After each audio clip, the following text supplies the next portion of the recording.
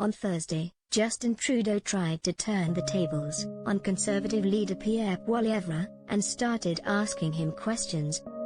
As Pierre Poilievre stood up to ask questions about the increasing cost of a Thanksgiving dinner, Trudeau began asking questions about a global news story that said Poilievre had been using a misogynist hidden hashtag on his popular YouTube videos. It didn't go as well as Trudeau had hoped, with Poilievre pushing back hard against Trudeau. The Conservative leader has been purposefully using his videos to appeal to far-right misogynistic online anti-women. They have devastating real-life consequences. Mr. Speaker, I call on the Conservative leader to stand in this House, take responsibility, and apologize, Trudeau said. I'm not sure he was expecting Poilievre's response. I took responsibility, and corrected as soon as it became known to me, Poilievre said. The issue at hand was a hashtag #MGTOW, which stands for men going their own way. It's tied to an anti-feminist, and frankly anti-women, movement.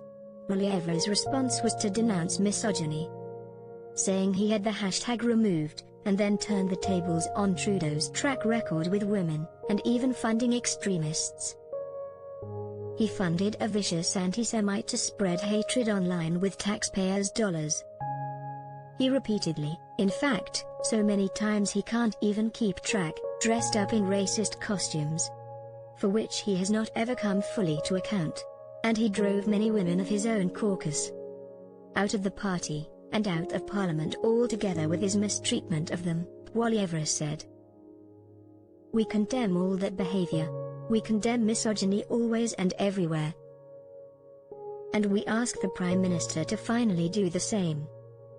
Trudeau kept punching back at Poilievre before getting hit back harder by the Conservative leader. Poilievre is not a misogynist. Let's be honest, this was an own goal by Poilievre and his team. This hashtag should never have been there.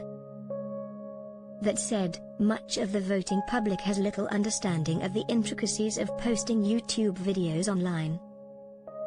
They will just want to know, is Poilievre someone who doesn't like women? With his wife standing by his side or introducing him at events with his daughter in his arms, that's a tough claim to make.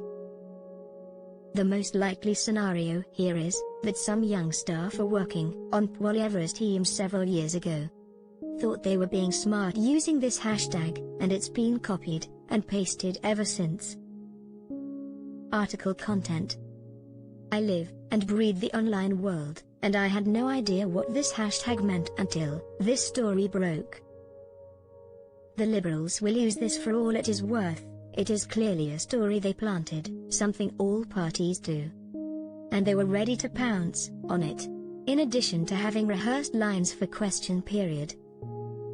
The Liberals sent out a fundraising email a short time later to the hundreds of thousands of Canadians on their email list. Made no mistake, this could hurt Poilievre with a key demographic that he needs to win in the next election: women. The difference, this time, is, rather than play by the Liberal narrative, Poilievre turned the tables on Trudeau and aggressively took him to task on his own record. From firing Jody Wilson-Raybould, losing Selena Caesar-Chavannes, Elbowgate, or the Kocanik rope, Trudeau has his own issues, not to speak of policy problems like overseeing the continuing problems that women face in the military. Poilievre threw that all back in Trudeau's face, and said he has nothing to learn from the Liberal leader. He was like Rocky taunting Club Lang with, "Ain't so bad," but instead of just taking the shots, Poilievre was hitting back. The Liberals have a new Conservative leader to deal with. I'm not sure they have figured out what that means just yet.